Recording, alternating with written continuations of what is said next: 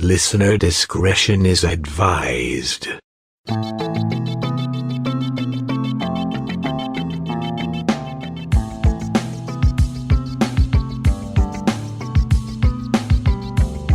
True crime can be strangely fascinating. This true crime is odd, macabre, and haunted. I'm Diane, your guide into the shadows. Welcome to Phantasmal Crime. The Gaelic name for the Cairngorm Mountains of the Scottish Highlands translates to the Red Mountains. The mountains are formed from granite and once had a rosy hue to them before time and the rough conditions battered them into a more grayish coloring. The Cairngorms have always been popular for skiing and hiking and feature high plateaus and rounded summits. In and amongst these mountains was an area once referred to by locals as the Hill of Christie. That hill was the scene of a murder mystery that took place centuries ago, and the key to solving that mystery came at the hands of a ghost.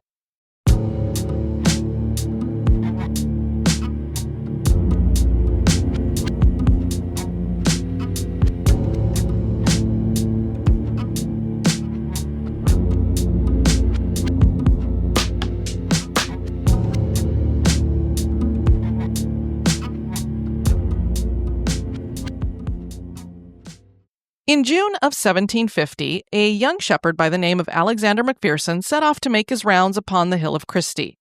On this particular day, though, he wasn't just out wrangling the flocks.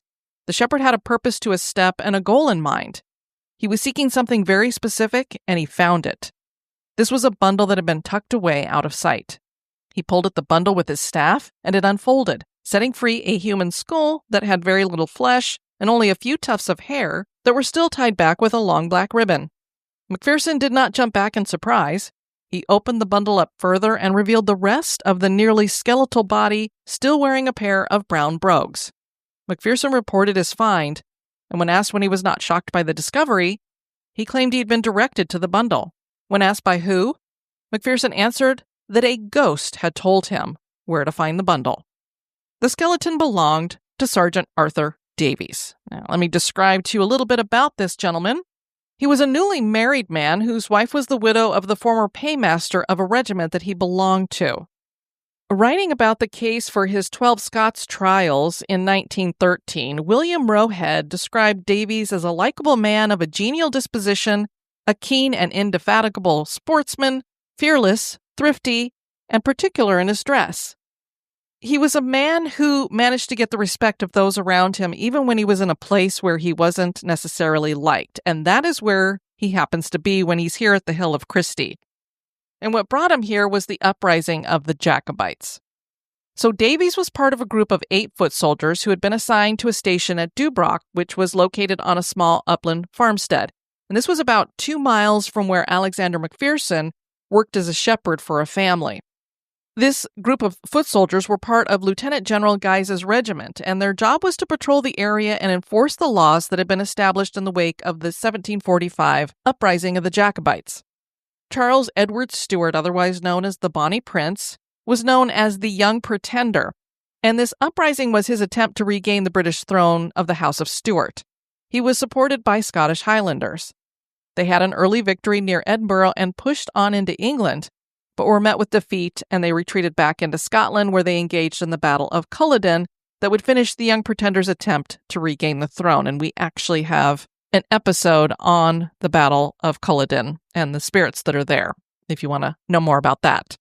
Now, the Bonnie Prince managed to escape on a French frigate, but the rest of the Jacobites were hunted down. And some of the Highlanders did manage to escape, which caused the Crown to decide to install some laws that would prevent future uprisings.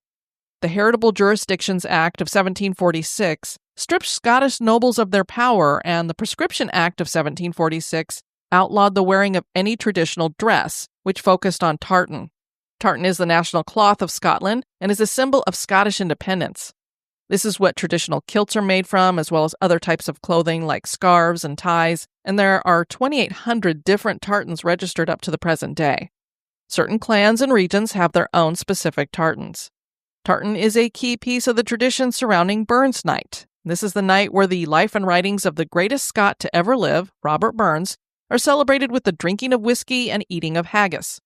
If you don't know who Burns was, you will at least know one of his poems that is now sung every year, more than likely by you, Auld Lang Syne. So as one can see, Scots are proud and independent people, so in order to enable British domination, military forces needed to be stationed everywhere, particularly in the Highlands to prevent more uprisings. Thus enters Sergeant Davies and this group of 8 foot soldiers that were stationed at this billet, and it was only supposed to be for about 4 months, which is probably a good thing because Sergeant Davies was a fairly newly married man, and you can imagine that his wife really didn't want him to be away for very long. So anyway, he gets the respect of the people that are around him because he's, I don't really want to say lenient, but he was kind of lenient with enforcing the English laws. So he became a pretty likable guy. And although he was lenient, he did take his responsibility seriously, but something he took even more seriously was his hunting. And he would often go out ahead of his garrison to hunt. This meant he was not always in the protection of the rest of the foot soldiers, which really wasn't a good idea because they were in a place where they were not liked. And even though he had a lot of respect, he still had to be cautious. On the day that he went missing, this was September 28, 1749, they were going to have this routine midweek patrol. And what usually happened is the Dubroch soldiers would meet up with their counterparts from Glen Shee. Davies knew that they were getting ready to do that, but he'd gotten up early and he was going to set out in advance of his fellow soldiers. He was wearing his usual blue serge outcoat, striped silk vest, breeches, and brown stockings, and he was carrying his money purses and a long-barreled musket, which was a gift to him from one of his fellow officers. So he's making his way ahead of time, and he gets to Glen Cluny, and he had to stop and briefly detain a kilted Highlander named John Grower. And the reason why he stopped him, obviously, is because he's wearing a kilt. So he's like, you know what? You're not allowed to do that. We'd already had 3 years of this law, this prescription. And so he's like, man, what are you doing? You know you're not supposed to be wearing that. But he was also, like I said, a lenient guy. So he sent Grower on his way with a reprimand rather than being handed over to the company of foot soldiers, 4 of whom were at a distance. So they're not that far away, but they're far enough away that they can't totally keep an eye on Davies. Could just be because he was a nice guy, or it could be he wants to get some hunting done before the rest of the other soldiers catch up to him. So he might have kind of scooted him along on his way because he wanted to get his hunting taken care of. He continues on his way. The Dubroch soldiers glimpsed him briefly on the skyline as they made their way to the rendezvous, and at one point they heard him fire a shot. Now, it says they heard him fire a shot, not that they actually saw him taking a shot.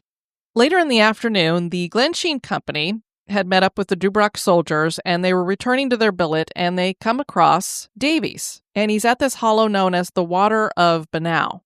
Sergeant Davies tells them that he's going to go up onto the Hill of Christie and get himself a deer. Now, when he says this, the Glen Shee corporal's like, I don't know if that's such a good idea. You're all by yourself. Maybe you shouldn't be doing that. But Davies tells him, look, I can take care of myself. I can handle anything. I've got my gun. I'm fine. These would be the last people to see Davies alive. The next morning, Sergeant Davies has not returned to his regiment, so of course they're a little bit worried because they're like, this is not typical for him. He usually follows the rules, he usually shows up. So they get worried and they sent out a search party and retraced the route they assumed that he had taken. They found no sign of him. A couple days later, a search party from Braemar Castle was formed with more men, and still nothing was found to help in figuring out what had happened to Sergeant Davies. After a week, the search was abandoned. Some tried to claim that he had simply deserted, but he had a great military career ahead of him, and his wife was certain he had been killed and robbed because he was known to carry money, wear gold rings, and line his vest with silver buttons, which probably all of those things is not a good idea, especially if you're all by yourself. She managed to convince everyone that Sergeant Davies had been murdered, but no one would know for sure until his body was discovered 9 months later by that shepherd, Macpherson. Later, when Macpherson testified, he told a terrifying tale of being visited several times by the ghost of Sergeant Davies. He claimed that the ghost would appear dressed in blue, and as I told you earlier about what he was wearing blue, and he spoke in Gaelic so that Macpherson would understand what was being said even though Sergeant Davies had not known Gaelic. That is very interesting to me. The spirit apparently was going to show Macpherson where his bones were lying some 2 miles away, but that's not what Macpherson thought was happening here at first. He wakes up, he sees this apparition, but he doesn't know it's an apparition. He actually assumed it was a brother of Donald Farquharson who was his employer, and that this guy had come in to tell him that he needed to take care of something on the farm. You could see he's this young kid, this young Highlander. He's sleeping soundly, and all of a sudden he's awoken, and there's this person standing there, and he's like, it's like beckoning to him to come and speaking to him in Gaelic, and so he's like, okay. He follows this figure out of the door of the hut. So they get outside, and they're starting to walk, and all of a sudden this apparition then turns and tells him in Gaelic that I am Sergeant Davies of the Lieutenant General Guise's regiment. And then he tells McPherson, I was murdered. The spirit directed him to go to a particular spot on the Hill of Christie where he would find Davies' body, and then he requested that McPherson arrange with the owner of the farm to give the sergeant a decent burial. Now, I find this incredible. You're not running in terror going, this ghost is like talking to me and all this stuff, but apparently not. Now, some people might find this story a tad fishy, except that McPherson was backed up by one of the family members who lived at the same shieling where McPherson was a shepherd. Isabel McCarty claims she saw the ghost enter the summer dwelling. He was naked and in a bowing posture. She was so scared she pulled the covers over her head. Now, this was the first visitation. And apparently McPherson, he follows the spirit out, but he doesn't continue on with what he was supposed to do or actually go to find the bones. So he goes to sleep, and a second visitation happens the next night. Same thing. We go through the whole thing. You got this figure that comes in, leads him outside. Here's where I'm buried. Please get my bones. Give me a proper burial, and everything will be fine. I was murdered. And so McPherson apparently is going to listen to him now, and he asks even further, well, if you were murdered, who killed you? Davies tells him that the men who killed him were Duncan Clerk and Alexander Bain MacDonald. And now a little break for a word about one of our sponsors.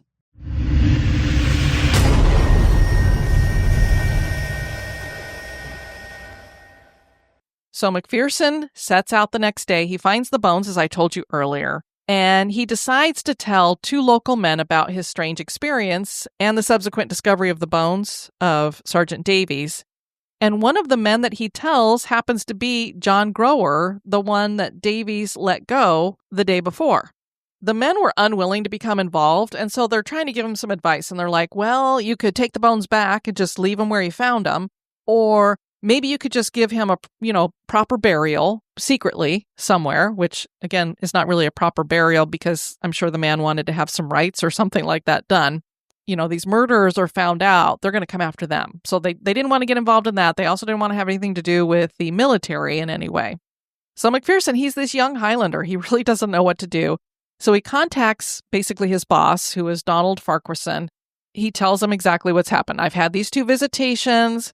This Sergeant Davies told me that he was murdered. He led me to his bones. I found his bones, and he's told me who the men are, and I don't know what to do, so I need some advice.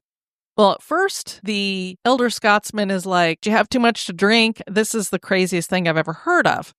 So McPherson's like, no, I'm telling you the truth. I can take you to the bones and show them to you. So Donald is like, okay, I will go with you. So they go up on the Hill of Christie, and he sees the remains. Now these bones have been scattered over the peat moss by the wind, maybe some animals, who knows. But there's enough there that you can tell it's a human skeleton, and his clothing is still there. So the elder Scotsman says, okay, well, what we're going to do is just bury the body right here where we found it. So a shallow grave was dug, and they put the bones of the soldier into the ground without any ceremony. That probably would have worked out fine, although I think maybe the ghost would have come back and said, hey, I'm glad you buried me, but I still want some justice. But remember, McPherson had told two of the townspeople what had happened. And if you think those men kept their mouth shut, well, I have a bridge to sell you somewhere. So, of course, word gets out. It starts to spread around town that Sergeant Davies' body had been found on the Hill of Christie. And it even got out that Duncan Clerk and Alexander MacDonald were the men who had murdered him. So this rumor is going around. And then not long after that, there's this girl who lives in the town. Her name is Isabel Ego. And she'd been sent to fetch some horses from the Hill of Christie. And she returns to Dubrock carrying a silver-laced hat. And her mother's looking at it and going, where did you get that? And she's thinking in her mind, I wonder if that belonged to that Sergeant Davies. And she's like, if it is his, I don't want that in my house because I've heard about this ghost and I don't want his spirit coming here. So she grabs the hat and hides it somewhere. That didn't stay hidden for very long. Some local children are playing in the village. Either they saw her hiding it or somehow they stumbled across it, but they find the hat. They take it to one of their fathers, who was a miller there. He decides to keep it for safekeeping. And apparently this man had talked to John Grower or something, so he knew about everything that had gone on with McPherson, and so he had a feeling that this hat was going to come in to play somehow. So these rumors finally make their way to a man named John Cook, who was at the Braemar garrison, and he decided to begin investigations into this clerk and MacDonald. Now, these two guys had really bad reputations in town, so hearing stories that they might have murdered somebody were not outlandish. They were like, yeah, these are bad characters. It's very possible that this happened. The problem that we have here is, I told you it took a little while for these rumors to go around. Well, we're 4 years later before these two men were arrested and formally charged with the murder of Sergeant Davies. It was the winter of 1753, and James Small, who was the factor of Strowan, was the one who went about collecting the evidence. And there was quite a bit of circumstantial evidence. Because you certainly don't want to have the court have to completely rely on the testimony of a ghost via what McPherson has to say about it. And some of this circumstantial evidence put a spotlight on somebody. Duncan Clerk had suddenly become rich after the murder, and his wife wore one of Sergeant Davies' rings. Now, how in the world would you come upon that ring unless you were somewhere near that body? On Monday, June 10th in 1754, the trial begins, and there's a jury of Edinburgh tradesmen who were sworn in, and then you have the presiding judge, who was Lord Justice Clerk Alva. And the two Scotsmen that were on trial were being defended by Alexander Lockhart and Robert McIntosh. And they were confident and stated in their opening remarks on the first day that they would be able to satisfy the jury as to the innocence of their clients. We had some smugglers who were going to give eyewitness testimony about seeing maybe the murder happen. They definitely claimed to see Clerk and MacDonald on the Hill of Christie. The reason why they hadn't come forward right away apparently is because, they're smugglers. They were involved in some criminal activity. And so they didn't want to go to the authorities and say, hey, while we were committing this crime, we saw another crime happening. These lawyers know that in this defense, they're going to have to say something along the lines of, well, yes, our clients were in that area where Sergeant Davies went missing. There were foresters. They had a legitimate reason to be there. They were able to be armed. And when they left the Hill of Christie that day, Sergeant Davies was with his company alive and well. So they had nothing to do with his murder. And that was basically all the defense they had. The prosecution, of course, has got all kinds of stuff that they're putting out here. They were able to present a compelling and unassailable list of evidence. They brought in Sergeant Davies' widow. She was able to confirm that the hat and the rifle were her husband's. We have neighbors of Duncan Clerk who testified that yes, indeed, they saw his wife wearing this ring on her hand several times. And another person said that Alexander Downey, who was Clerk's father-in-law, had confessed to him that he knew his daughter's husband was the murderer. There were some other witnesses that saw the two men depart for the Hill of Christie on the morning that Davies went missing. They had rifles with them and said that they were going to go get a deer. But when they came back, they had no deer, but Alexander MacDonald was carrying a penknife that belonged to Sergeant Davies. And then, of course, McPherson, the young shepherd, gets on the stand and describes the supernatural encounter that he had that helped him to find the skeleton. The most powerful piece of testimony came from a Highlander from Rannoch called Angus Cameron. Paul Adams writes in his book, Ghosts and Gallows, True Stories of Crime and the Paranormal, that in the autumn of 1749, Cameron, together with a companion of the same name, was in hiding from the authorities on suspicion of inciting a local uprising in the region, and had spent the night of September 27th into the 28th in a hideout on a hillside at Glenborough. The following day, in anticipation of a meeting with a group of fellow political fugitives from Lochaber, they took up refuge in a hollow on the hill of Galcarn, and around midday, while waiting for their co-conspirators to arrive, saw two men approaching from a distance. From their vantage point, Angus Cameron recognized one of these men as Duncan Clerk, a person whom he knew by sight. Both Highlanders were armed and passed by close to where Cameron and his compatriot were hiding before moving on without being aware that they'd been observed. Later on that day, toward sunset, while still sheltering on the hillside, Angus and Duncan Cameron observed a figure in a blue coat carrying a rifle about a gunshot off on a rise opposite. Soon after, walking up the hill towards him came into view the two men they had spied upon earlier in the day. The three figures met on the brow of the hill, and after a short time, Angus Cameron saw one of the Highlanders strike out at the blue-coated figure, who recoiled and made to move away, upon which the two men raised their rifles and, as one, shot the man dead. Shocked by what they'd seen, the watchers deemed it prudent to beat a retreat, and scrambling away from the hollow unobserved, they left the area. Angus Cameron didn't even know until the summer that this guy had gone missing. I don't know if his guilt got to him or what, but then he finally decided to come forward. Sir Walter Scott wrote about the Davies case in his letters on demonology and witchcraft in 1830.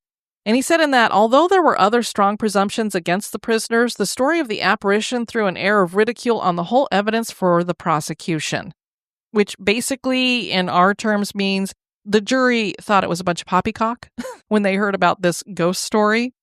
So unfortunately, the murderers were acquitted. And it was for the reason that seemed to have brought the whole case to light, the testimony of a ghost. The jury found the whole ghost story laughable. Not because it had come from a ghost, but because apparently this ghost had managed to learn Gaelic. That is what they found impossible to believe. So it wasn't that this ghost showed up a couple times and told this kid about where he was buried. It was that it was able to speak Gaelic when it didn't know Gaelic. So there are people who believe that Macpherson found the remains of Sergeant Davies while he was out doing his regular shepherd duties. And when he realized what he had found, and he was worried about how am I going to tell people about what I found, he knew that there were people named Clerk and MacDonald in the town, that worst guys in town, maybe they did something, that he invented this story of this ghost so that he could report what had happened here. So even though this Isabel McCarty had come out and said that she had seen the spirit as well, it just did not convince the jury. Hopefully, Sergeant Davies did get a proper burial, but he never did get justice, and his bones lie in an unmarked grave somewhere. So I don't know that he even feels like he may have had a satisfactory burial. Had the ghost of Sergeant Davies really appeared to bring his killers to justice? That is for you to decide. Thank you so much for joining me on this phantasmal crime. If you have a true crime that has something paranormal connected to it that you'd like to hear about, you can write me at historygoesbump@gmail.com. I've been your host, Diane. Join me on the next episode for another trip through the shadows. This has been a production of History Goes Bump.